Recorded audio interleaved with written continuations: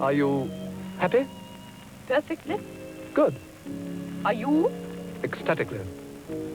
What's she like? Fair. Very pretty. Plays the piano beautifully. Very comforting. How's yours? I'd rather not discuss it. Oh, well, it doesn't matter. He'll probably come popping out in a minute and I shall see for myself. Have you known her long? About 4 months.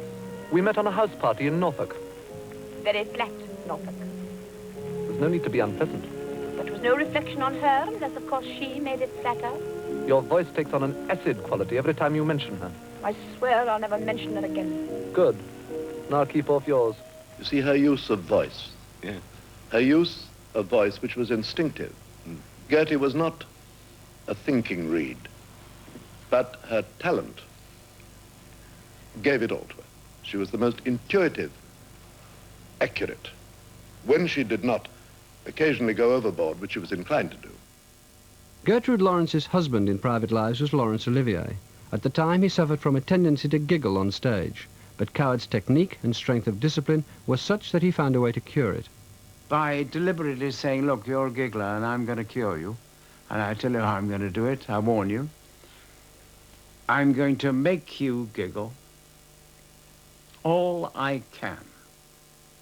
And between Gertie and me, we can do it. Anytime we feel like it, we can kill you. And you know it. Now, I'm going to go on doing that. And at the end of the performance, I'm going to tick you off in front of the entire cast and the stage staff every time you do it. And you are going to learn not to. Took 7 months. Coward's mastery of stage technique, along with the parts he wrote for himself, meant that by the end of the 30s, he'd perfected his public image as the sophisticated romantic lead. First of all, he said, people are stars in the theatre, in direct ratio to how many people want to go to bed with them.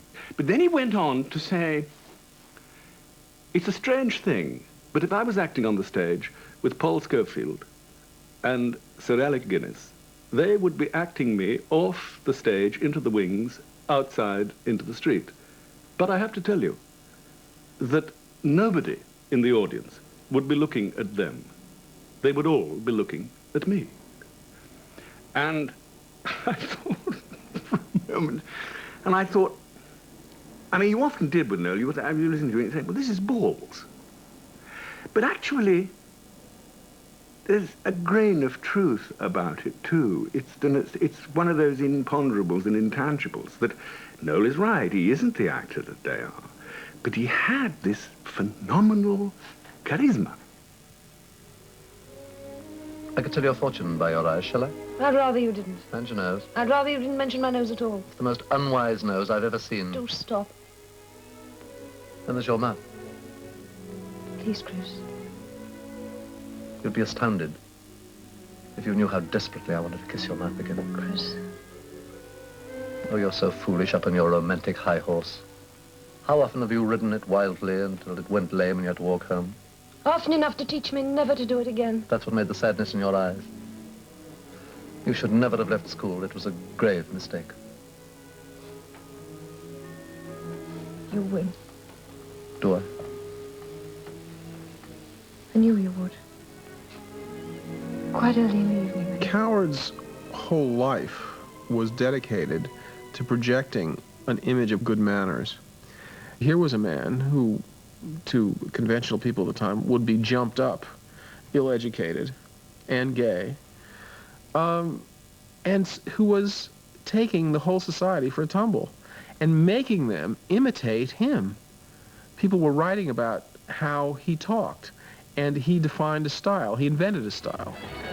Senorita Nina from Argentina despised the tango, although she never was a girl to let a man go. She wouldn't sacrifice her principles for sex. She looked with scorn on the gyrations of her relations who did the conga, and said that if she had to stand it any longer, she'd lose all dignity and wring their silly neck.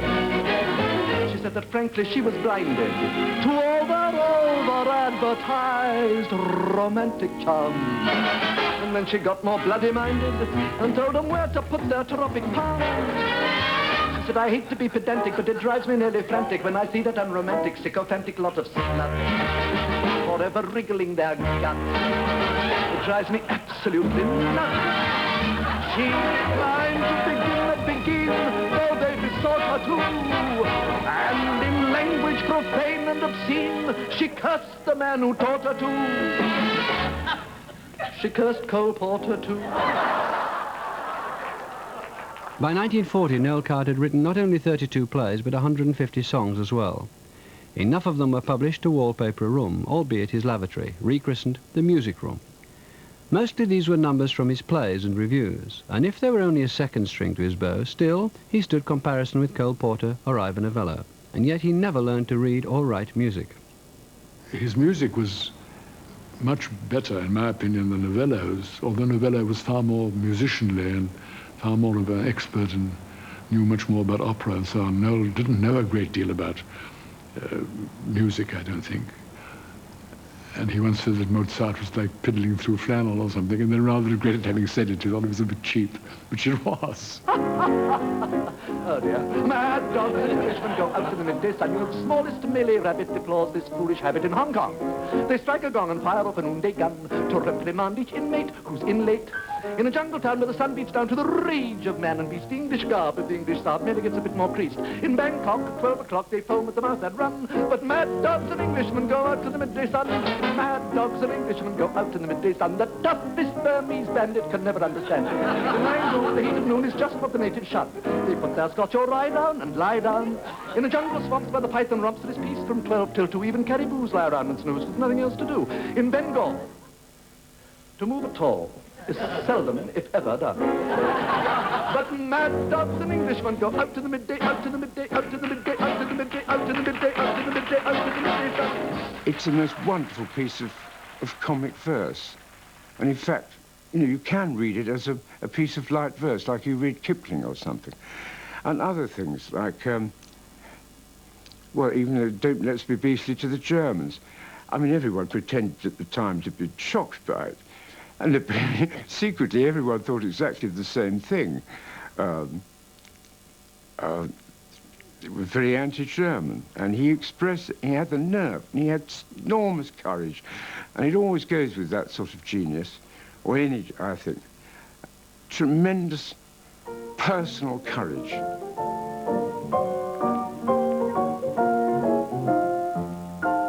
Don't let's be beastly to the Germans when our victory is ultimately won. It was just those nasty.